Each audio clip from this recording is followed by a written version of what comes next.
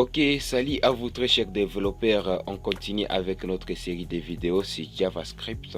Et précédemment, on avait vu comment faire une déclaration conditionnelle avec ici les mots-clés et suite. Oh, je m'excuse. Alors, on va continuer avec une notion un peu pertinente en JavaScript. Ça sera alors une notion de variable avec les scopes, le scope global. Qu'est-ce que le scope? Et donc, on va les voir dans cette nouvelle vidéo. Et rapidement, on se retrouve sur notre Visual Studio. Et de là, on va créer un fichier dans notre deuxième chapitre. Ça sera ici notre cinquième leçon. Et cette cinquième leçon portera sur la notion de variable et global scope. Ok. Alors, comment est-ce qu'on s'y prend global scope et variable? Donc, là, on a les variables et global scope. Ok.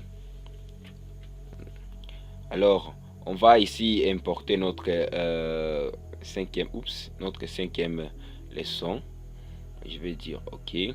Alors là on a notre on va déclarer ici on va déclarer un variable. Ok, on va déclarer un âge ici, on initialise avec 50 ans ici. Et qu'est-ce qui se passe ici? Si on fait console log, si on ajoute ici, on dit que vous avez on peut dire ici que bon, quel est le message que vous pouvez afficher? On peut afficher les messages ici disant le variable est accessible en global scope. Ok, parce que ici c'est le global scope ici. Donc c'est le scope global. Ok, pourquoi c'est le scope global? Parce que c'est variable, la valeur qui se trouve dans ces variables peut être accessible dans n'importe quel bloc de code qui se trouve dans ce même fichier. Ok, alors on a ici et on peut ici consologuer un message. On peut ici consologuer un message et le scope 1. Donc on vient de créer un autre scope qui n'est pas le scope global, mais la variable ici, vous voyez qu'elle est accessible dans ces blocs de code ici.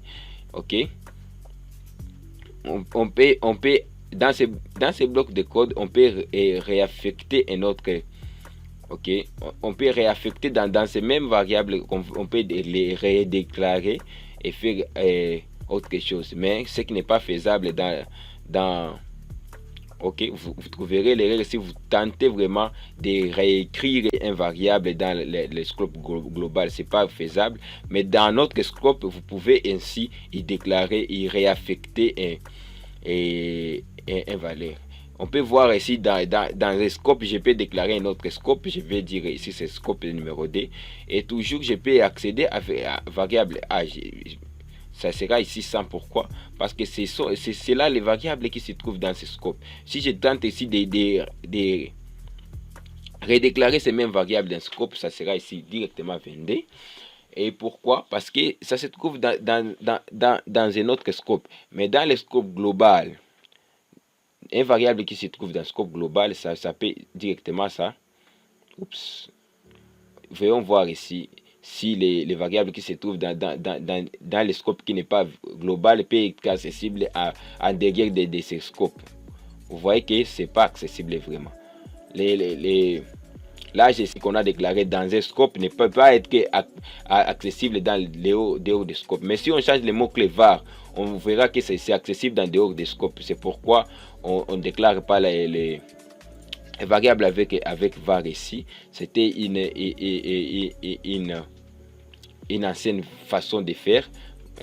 Si on peut ne pas vraiment déclarer quelque chose ici, vous verrez comment est-ce que les variables passent dans les scopes. Vraiment, c'est tout pour cette vidéo. Je dis vraiment merci vraiment de l'avoir suivi jusqu'à la fin. Et moi, je vous dis au prochain épisode.